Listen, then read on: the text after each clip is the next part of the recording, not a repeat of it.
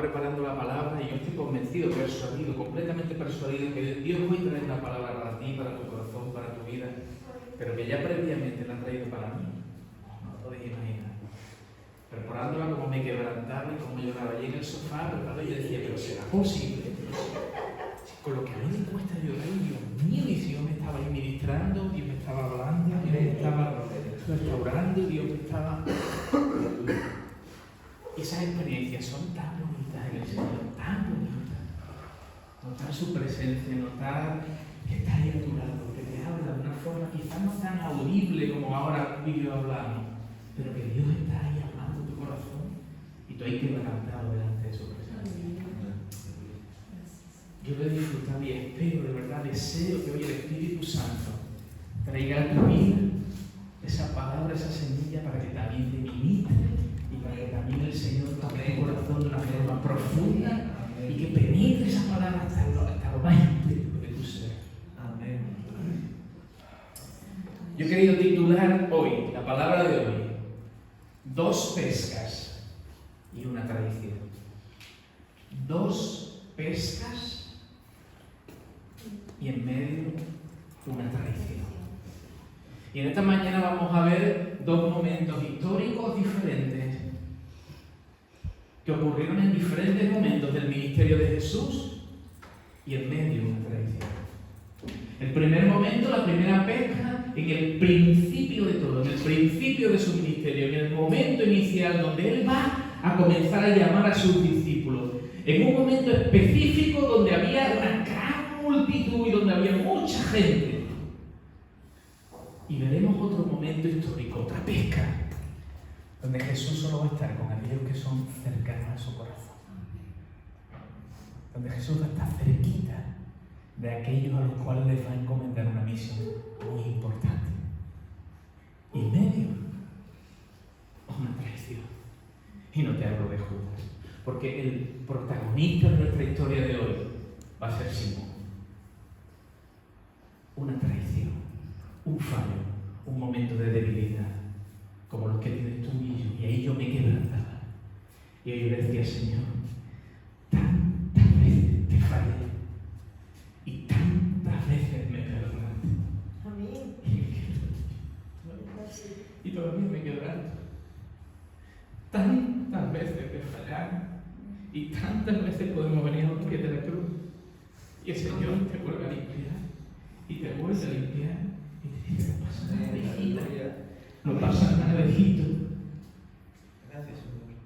Hoy te limpio y comenzamos de nuevo. Ven conmigo a la palabra. Lucas capítulo 5, versículo 1. Lucas capítulo 5, versículo 1 y leemos hasta el 11. Y dice así la palabra del Señor. Aconteció que estando Jesús junto al lago de Genesaret, el gentío se agolpaba sobre él para oír la palabra de Dios. Y vio 2 barcas que estaban cerca de la orilla del lago, y los pescadores, habiendo descendido de ellas, lavaban sus redes. Y entrando en una de aquellas barcas, la cual era de Simón, le rogó que le apartase de tierra un poco, y sentándose enseñaba desde la barca a la multitud. Cuando terminó de hablar, dijo a Simón, boga mar adentro, y echad vuestras redes para pescar. Respondiendo Simón le dijo, Maestro, toda la noche hemos estado trabajando y nada hemos pescado, mas en tu palabra echaré la red. Y habiéndolo hecho, encerraron gran cantidad de peces y su red se rompía. Entonces hicieron señas a los compañeros que estaban en la otra barca para que viniesen a ayudarles, y vinieron. Y llenaron ambas barcas de tal manera que se hundían. Viendo esto, Simón Pedro cayó de rodillas ante Jesús diciendo, apártate de mí, Señor, porque soy un hombre pecador. Porque por la pesca que habían hecho, el temor se había apoderado de él y de todos los que estaban con él. Y asimismo de Jacobo y Juan, hijos de Zebedeo, que eran compañeros de Simón. Pero Jesús dijo a Simón, no temas, desde ahora serás pescador de hombres.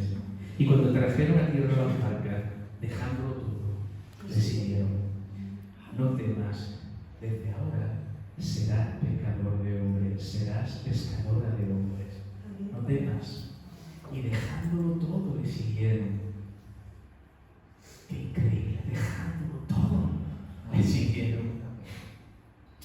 Y vamos a centrarnos en el principio de este lugar.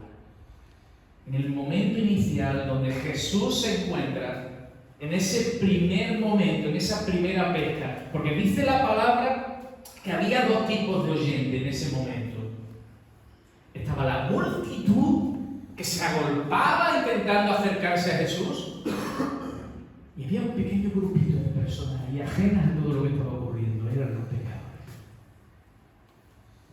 Ellos habían pasado una mala noche. Llevaban toda la noche sin pescar. Y para un pescador no pescar significa que no hay comida en su casa. Significa que no hay economía. Significa muchas cosas para un pescador no pescar. Así que allí estaban ellos, frustrados. Toda la noche, hora tras hora, pasando frío, pasando necesidad y viniendo con la frustración de encontrarse porque no habían pescado nada. Y escuchan y ven a alguien allí hablando y un montón de gente queriendo agolparse para acercarse. Ellos desconocían quién era aquella persona. Solo sabían lo que estaba ocurriendo. Así que hay dos tipos de oyentes: la multitud y los pescadores. La multitud cuyo interés desconocemos cuál era, pero podrían ser algunos que deseaban el estar cerca de aquel que habían oído que hacía milagros, y algunos por simple oírlo querían acercarse para ver si aquello era verdad. Otros a lo mejor querían hacerse un selfie con él, otros querían... ¿Cuál era el interés que tenía esa multitud? No lo sabemos. Pero todos ellos querían acercarse a Jesús. Pero Jesús se acerca a aquellos que tienen la mayor necesidad, a unos pescadores que estaban allí en una esquinita, allí remendando sus redes, frustrados por una mala noche. Y quiero decirte que hay veces que una mala noche es la antesala de un milagro, que hay veces que una enfermedad es la antesala de un milagro de sanidad, que hay veces que una necesidad económica es la antesala de una provisión milagrosa de Dios. Ahí estamos ellos frustrados. Dos tipos de oyentes: la multitud y los pescadores. Y la multitud era voluble. La multitud representa a todos aquellos que buscan de Jesús algo para su propio beneficio. Y eran tan volubles que esa misma multitud, aunque con caras y rostros diferentes, es la misma multitud que nos vamos a encontrar en Mateo capítulo 27, versículo 20. Pero los principales sacerdotes y los ancianos persuadieron ¿a quién? A la multitud que pidiese a Barrabás y que Jesús fuese muerto. Esa misma multitud que hoy estaban diciendo: ¡wow! ¡Hace milagros! ¡Oh! ¡Vamos a acercarnos! ¿Quién es? Y que buscaban de Jesús algo. Esa misma multitud estaba después gritando: ¡crucifícale! ¡Crucifícale! Así que tenemos a una multitud que después va a gritar: ¡crucifícale! Y a unos pescadores que después van a decir: ¡estoy dispuesto a morir por ti, Señor! ¿Qué diferencia entre unos y otros? Unos decían: ¡suelta a Barrabás! ¡Crucifícale! Esa era la misma multitud que había visto milagros.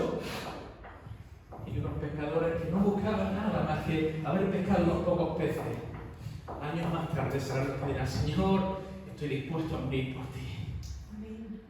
Estoy dispuesto a morir por ti. Y murieron. Y murieron por Cristo. Y murieron por predicar su palabra. Pero ellos aún no lo sabían.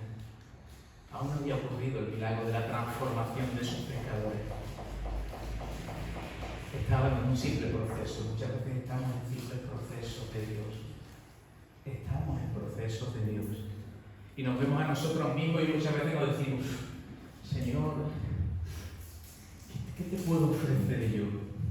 Jesús dice: estás en proceso. No sabes lo que yo voy a hacer contigo. Estás en proceso.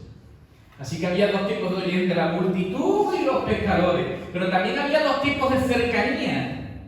Porque Jesús le dice a los pescadores: vamos a montarle, prestarle. Dice que le rogó el meterse en la barca. Me imagino que le rogó porque imagino que Simón le diría: ¿pero quién es este? O sea, el otro: oye, ¿me podéis dejar entrar y bogamos hacia adentro? Y yo me imagino a Simón, ¿no? Cansado, agotado, y diciendo: A ver, el charlatán este, ¿qué querrá? Venga, hombre, que estoy yo cansado de que tengo ganas de ir a mi casa. Después de todo el día de trabajo, no hemos pescado nada. Y sin embargo, por algún motivo que solo Dios conoce, el corazón de Simón hace que lo deje entrar en la barca. Y Jesús le dice, boga para adentro. Así que hay dos tipos de cercanía también en este momento histórico. Los que estaban en la orilla y los que estaban en la barca con Jesús. Hay dos tipos de cercanía. Los que estaban en la orilla representan a aquellos que quieren de Jesús algo, pero sin compromiso. Yo desde la orilla lo veo bien. Quiero que Jesús haga algo por mí. Pero cuando ya eso implica un compromiso personal en la obra de Dios, hay cojeras. Lo suficientemente cerca de Jesús para poder escucharlo y verlo, pero lo suficientemente lejos de Jesús como para no comprometerse en su obra. Los que están en la barca con Jesús van a ser transformados. Los que están en la barca con Jesús van a ver de primera mano un milagro. Los de la orilla no apreciaron el milagro. Los de la barca lo vieron en sus propias carnes, con sus propios ojos. Porque Jesús les va a decir, echad la red. Yo me imagino a Simón, ¿no? Vamos a ver, soy pescador de toda la vida. Llevamos toda la noche pescando. Tú serás magnífico hablando. La multitud te escucha. ¿Pero qué me estás contando? ¿Que eche ahora otra vez la red? Estoy cansado. Lo que tengo ganas de ir a mi casa. Ya bastante tengo que te dejas montarte en la barca. Le estás hablando a la gente. Venga, yo estoy aquí aguantando. Y ahora me pides que vuelva a echar la red. Y Jesús le dice, echad la red. Y por algún motivo que solo Dios sabe, cuando Dios toca nuestro corazón, Dios toca el corazón de Simón. Y Simón dice, en tu palabra, echaré la red. Y echa la red. Y yo creo que hasta los peces se enteraron que estaba Jesús, ¿no? Porque dijeron, ¡vámonos para adentro! Y se metieron todos los peces en la red. Tantos peces que no podían ni sacarlo. Y ahí es cuando Simón se da cuenta de quién es el que está delante de él.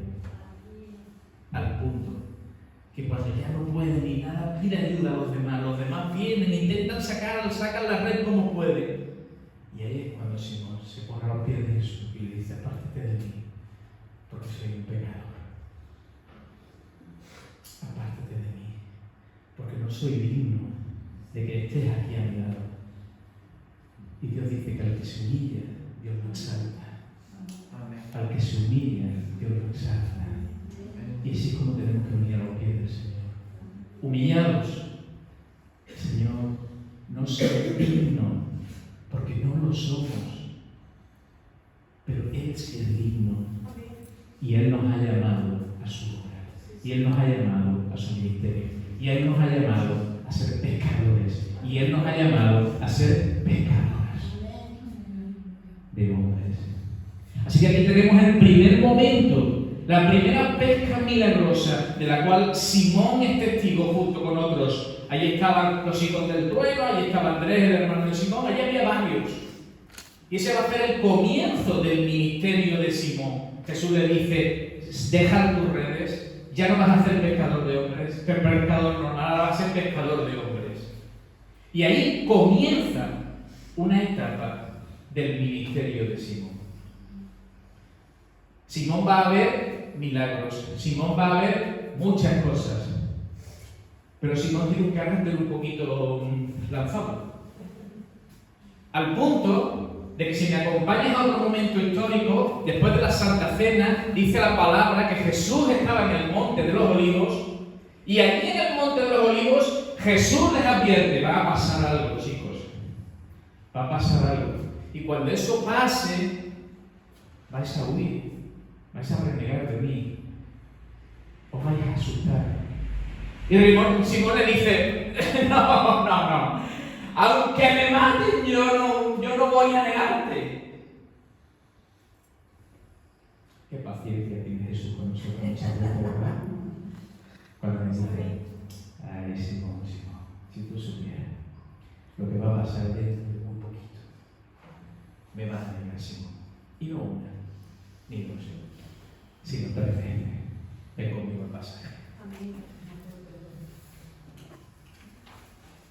Mateo capítulo 26, versículo 30, y cuando hubieron cantado el himno, salieron al monte de los olivos. Entonces Jesús le dijo: todos vosotros os escandalizaréis de mí esta noche, porque escrito está: heriré al pastor y las ovejas del rebaño serán dispersadas.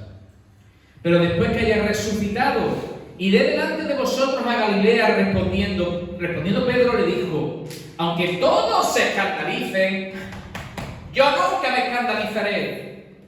Jesús le dijo: de cierto te digo que esta noche, antes de caerte el gallo, me negarás 3 veces. Pedro le dijo: aunque sea necesario morir contigo, no te negaré. Y todos los discípulos dijeron lo mismo. Aquí se vieron arriba.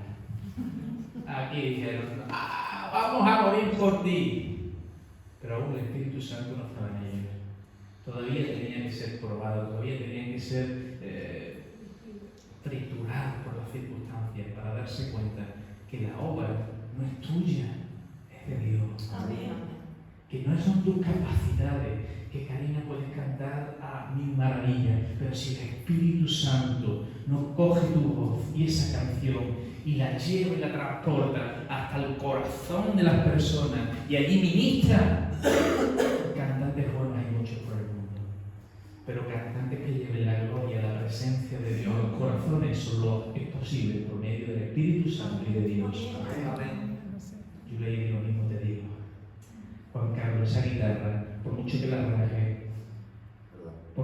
rasgues, no ministrará si no está Dios cogiendo esas melodías, transportándolas por el aire y llevándolas a las mentes y los corazones de las personas.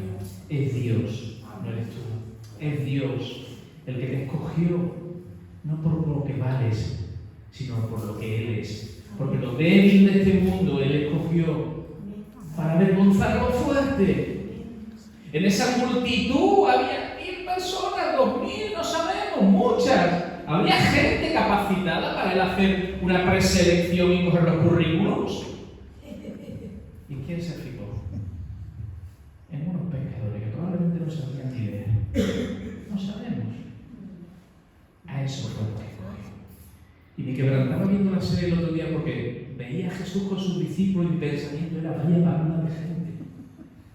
Un celote, el otro un recaudador de impuestos, uno de Hacienda, el otro de...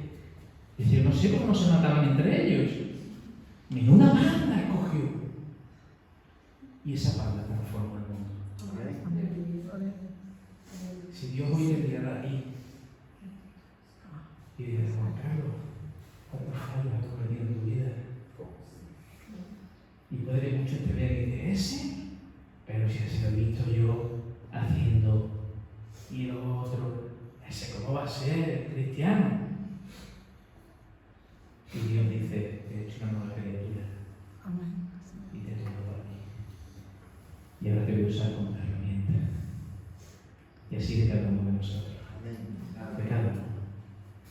El primero. Porque no somos dignos, pero Él es digno. Y nos coge, y nos transforma, y nos hace una nueva criatura. Y nos dice: eres para mí, porque te voy a usar para ser pescadora de hombres. Y aquí tenemos esta primera pesca. Y aquí tenemos esa primera traición. Y solo unos versículos más tarde, capítulo 26, versículo 69, Pedro estaba sentado fuera en el patio y se le acercó una criada diciendo: tú también estabas con Jesús el Galileo. Mas él negó delante de todos diciendo: no sé lo que dices. Saliendo él a la puerta le vio otra y dijo a los que estaban allí: también este estaba con Jesús el Nazareno. Pero él negó otra vez con juramento: te lo juro que yo no estuve con él. No había pasado mucho desde que le dice a Jesús: voy a morir por ti. Y minutos más tarde está diciendo: no, te lo juro que yo no lo conozco. No había pasado mucho tiempo,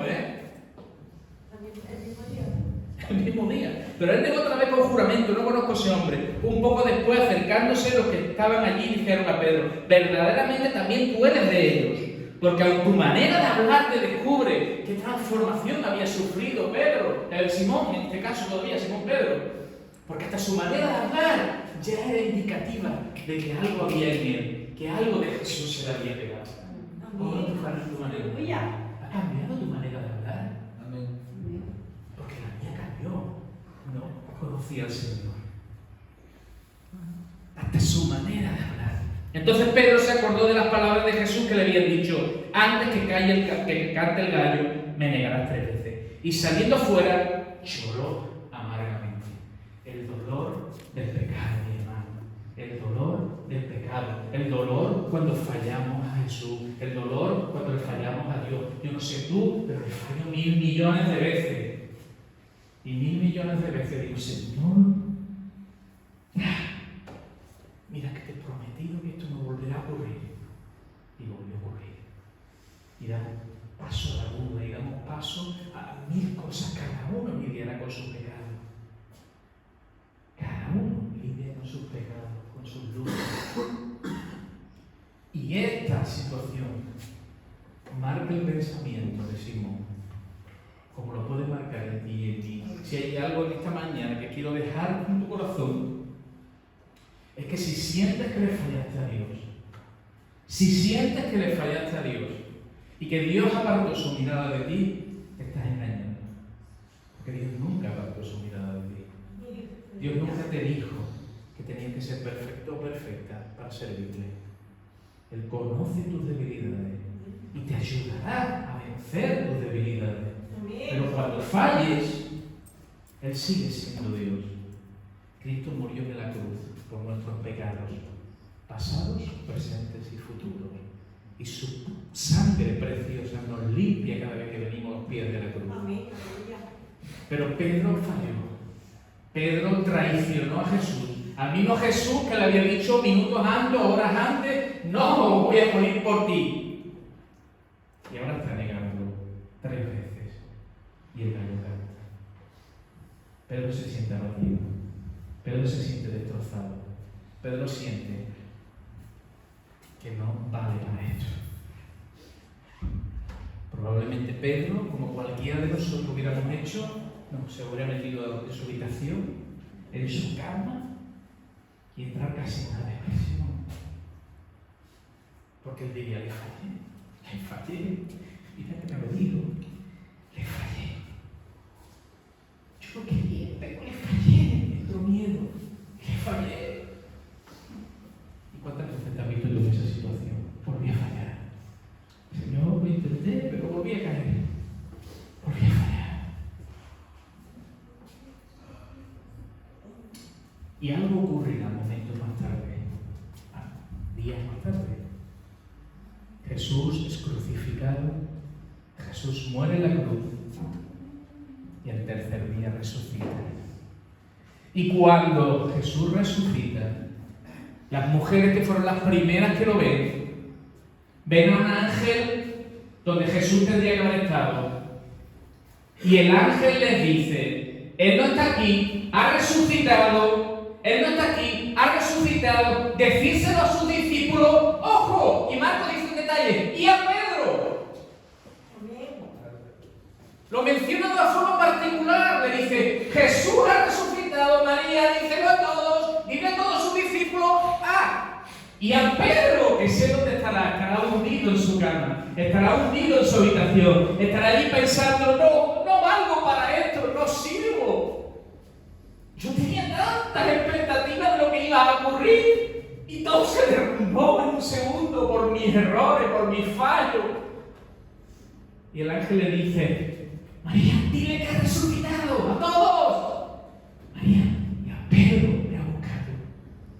Y yo me imagino ese momento, María corriendo. Y todas, estaba María, había Salomé, María y otra más, que no me acuerdo. Había otra María. Bien. Y llega y busca a Pedro. Y ahora permíteme un poco la imaginación. ¡Pedro! ¡Ha resucitado Pedro! Y Pedro: María, ¿qué estás diciendo? No se enfoca. María, déjame. Pedro, que sí, que el ángel ha dicho que se lo diga a todos y a ti, Pedro. Que Dios sabe que tú estás en esta situación, que estás pensando esto. Pedro, que ha resucitado. Pedro te había derrubado. Déjame, María. Déjame en paz. Le fallé, María, no lo entiendes. Le fallé. Le dije que no y le fallé. Le volví a fallar. Pero que Cristo ha resucitado como nos lo prometió. ¿Cómo estaría Pedro? ¿Cómo estás tú cuando le fallas al Señor? ¿Cómo te encuentras cuando ves que le has prometido 1000 cosas y no las cumples? Cuando ves que le has prometido orar más y no le has prometido escribir y no lo has hecho. Cuando le has prometido tantas cosas, cada uno en sus proyectos que el Señor sembró en el corazón, y no lo hiciste, y sientes que le fallaste una vez más al Señor. Así se siente Pedro, al punto que Juan capítulo 21, versículo 1, dice: después de esto, Jesús se manifestó otra vez a sus discípulos junto al mar de Tiberias, y se manifestó de esta manera.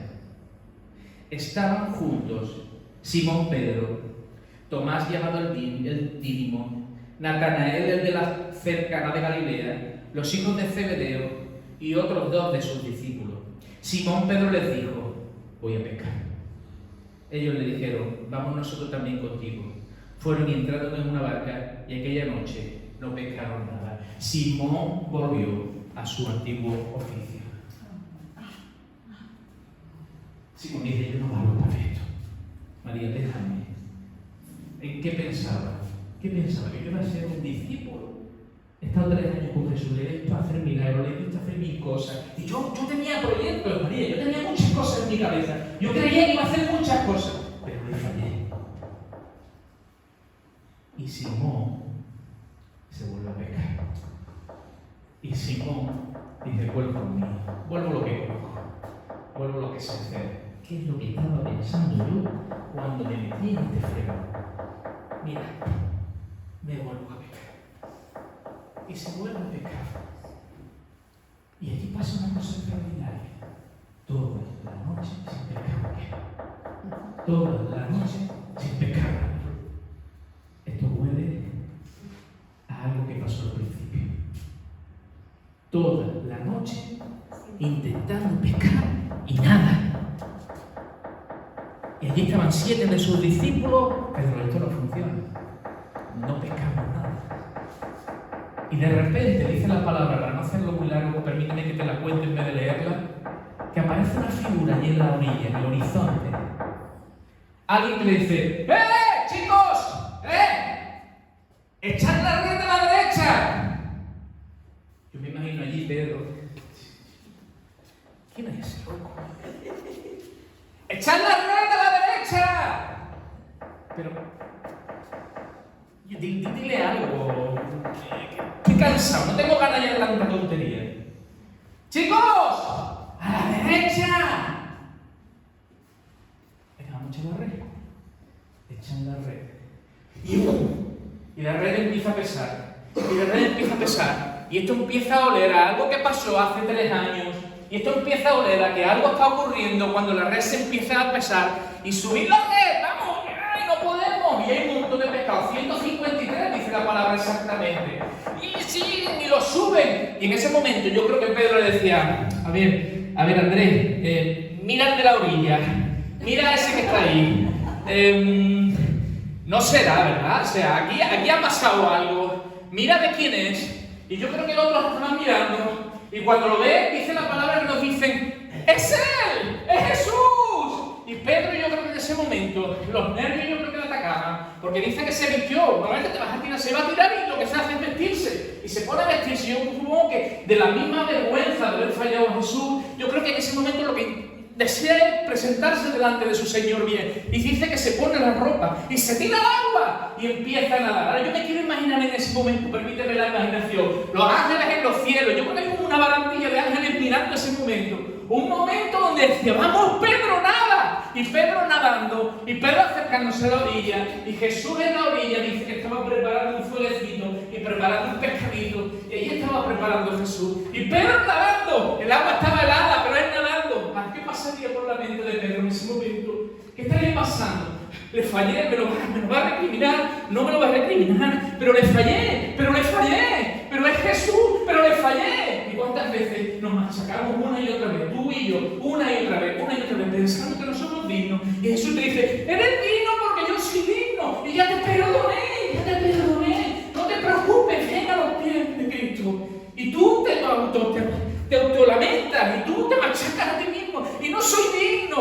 Pedro ahí nadando, y venga a nadar. Y eran, yo creo que fueron los 100 metros al piso más rápidos de la historia. Y los ángeles ahí observando, ¿qué pasará? ¿Qué pasará en ese momento?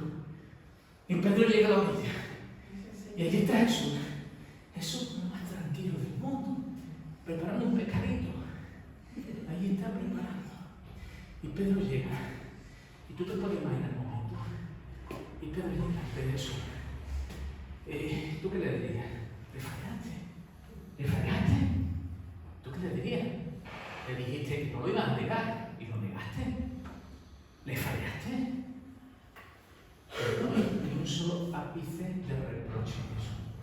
Ni un solo. Porque Jesús le dice: Pedro, ¿me amas? Yo creo que esa pregunta le coloca a Pedro. Es más, perdona, no uso la palabra Pedro, uso la palabra en la escritura Simón. Simón era el antiguo, el pecador. Pedro fue el nombre que le cambia a Dios, que le cambia a Jesús. Dice Simón, búscalo en la escritura después, Simón, ¿me amas? Y Simón dice, sí Señor, te amo. Apacienta mi cordero, Simón. Puedo preguntarle, Simón, ¿me amas? Sí, Señor, te amo. Pastore a mi oveja, Pedro. Simón, por tercera vez, ¿me amas? Sí, Señor, tú sabes que te amo. Dice que la Escritura que lo dijo con tristeza. Se sentía avergonzado. Pero Jesús no tuvo una sola palabra de reproche. Solo le preguntó una pregunta sencilla: ¿me amas? Eso es lo que hoy Jesús te pregunta a ti. ¿Qué te fallé? ¿Me amas? Señor, es que te prometí tantas cosas. Da igual. ¿Me amas? Es lo único que necesito saber de ti. ¿Me amas? Porque si me amas, todo está resuelto. Comenzamos de cero. 1000 veces si es necesario. Si me amas, voy a hacer grandes cosas. Porque hoy es el día en que te estoy llamando realmente al ministerio. El primer momento, la primera pesca, no fue sino el principio de muchas cosas que ocurrieron. Pero el llamado de Simón ocurrió en ese momento. Después de haber fallado a Cristo. Simón, ¿me amas? Le preguntó 3 veces. Quizás una por cada fallo que cometió. Quizás una por cada negación de Simón. Yo no lo conozco. Simón, ¿me amas? Primera. Yo no lo conozco. ¿Qué me estáis diciendo? Simón, ¿me amas? 2. Pero juro que no lo conozco. Simón, ¿me amas? Cierra tus ojos. ¿Fallaste? Seguro. Es el momento tuyo con el Señor. Ahí estás con un pescadito preparando. Y estás delante de Él. Y te pregunta: ¿me amas? Y tú dirás: Señor, pero hay tantas cosas que cambiar en mí, claro. Por eso está en el proceso. Claro que hay muchas cosas que cambiar, pero eso no es importante. Lo importante es saber si me amas. Porque si me amas, los milagros ocurrirán. Porque si me amas, verás cosas extraordinarias. Porque si me amas, ese amor te llevará a compartir de ese amor con otros. ¿Me amas? ¿Me amas, Karina? ¿Me ama David? ¿Me ama Cristian? ¿Me ama Igor? ¿Me ama Mónica? ¿Me ama Pablo? ¿Me ama Simón? ¿Me amas? ¿Me amas? ¿Me amas, Antonio? ¿Me amas? Porque si me amas, ya está. Hoy celebraremos la muerte y resurrección de nuestro Señor. Sí, con la cabeza agachada, habla con tu Señor. Y el Señor, oh sí, te amo, te amo, te amo, te amo, te amo, te amo, te amo, te amo. te fallé, pero te amo. Y hoy celebramos que la sangre de Cristo nos limpia de todo pecado. Y cada vez que venimos a los pies de la cruz, el Señor nos limpia